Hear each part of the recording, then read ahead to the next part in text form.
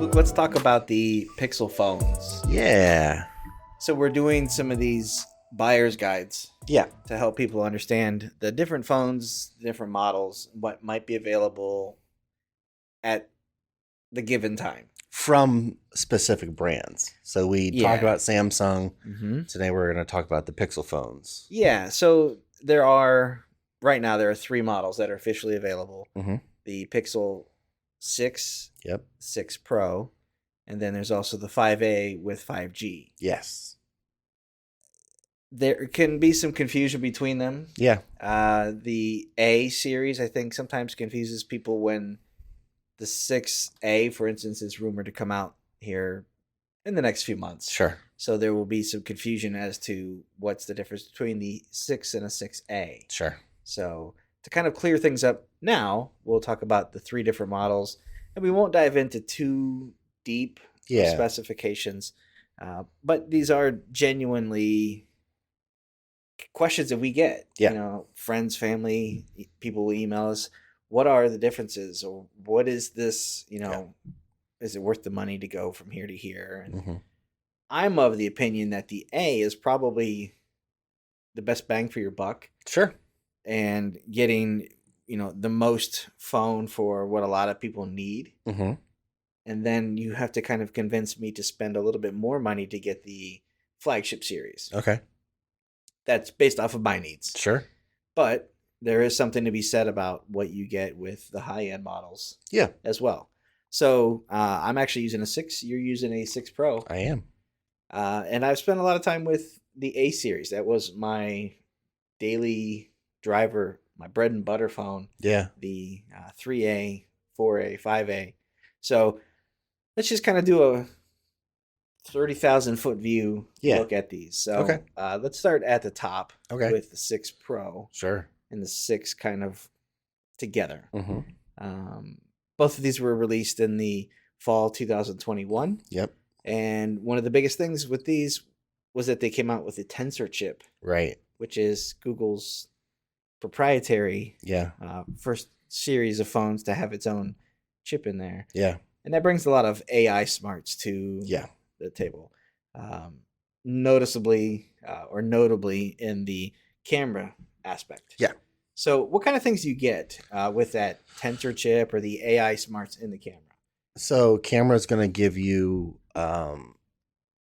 obviously improved kind of night sight, which, they were already kind of higher end of that pack up until then. But what this Tensor chip really let them do is a lot of post work kind of automatically in the phone. So you have things like automatically, or you could choose to remove subjects in a shot. Let's say you were doing a picture of a friend at a travel site, major landmark, and you have somebody in the background taking a picture.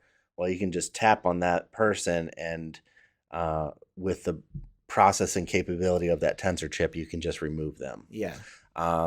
You can do things like in camera motion blur. Yeah. Where you've seen those shots of like a train speeding by and somebody standing right by it, and you got the cool light trails and stuff. Right. You can do things like that in there. Yeah. And it's all stuff that was available through like Photoshop and different things you can do that. But because this phone is able to process so much better than previous models, it's able to kind of make it easy for a consumer and do it right in the phone. Yeah.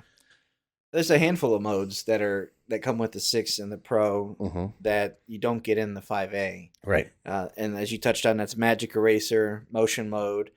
These are also much better at finding the real tone of skin. Yes. And you've seen some commercials for this where everybody's skin tone is completely different. If you get a picture with light behind you, light under you, all these things change the way your image looks. And it doesn't give you a great or perfect representation of what you look like. Right. So Real Tone is one of those. Face on Blur, it uses AI to kind of look at your picture and If your kids are jumping up on the bed or running through the room, take a photo of a candid moment, it can intuit and kind of fix some of these images to clean up that face. Yeah, and practically speaking, what it's doing is grabbing a couple of kind of trash images Mm-hmm. before or after the shot that you pick Yeah. to take, and it's saying, all right, you know what, right here, a millisecond before the face was clearer, we're gonna put it in there just so you have the best picture possible. Yeah. And a lot of this stuff is aimed at, it just does it so you don't have to think about doing it. Yeah. And that's what Pixel does really well, is that you just open up the camera app, use it, take your pictures, and you get great results. Right. Time and again, it's the benchmark for a lot of people of what's the easiest and best camera experience on a phone. Yeah. So that's some of the tech that comes with the tensor chip. At the top of the heap, also, you're looking at big screens. Yeah. 6.7 on the Pro at 120 hertz refresh rate, where the 6 has a 6.4 inch at a 90 hertz. Now, what's refresh rate do for? So refresh rate is just the screen refreshes at a higher rate so that it looks smoother to your eye. So it's flashing, essentially. If you've ever seen, a video where you've taken a video with your phone and you're on and you see a computer screen and it's like flashing or something like that, it's because of the flickering, is the refresh rates are different. Well, your phone is always refreshing the screen, and it does it faster so that everything looks smoother as you're scrolling or looking at things. It just is a better experience and less fatigue on your eyes because it's not having to process those images as hard because they're being changed more frequently. Yep. So even things like scrolling through an email can look better if it's got a higher refresh rate. So at the Pro, that's the 120 hertz. The 6 has a 90.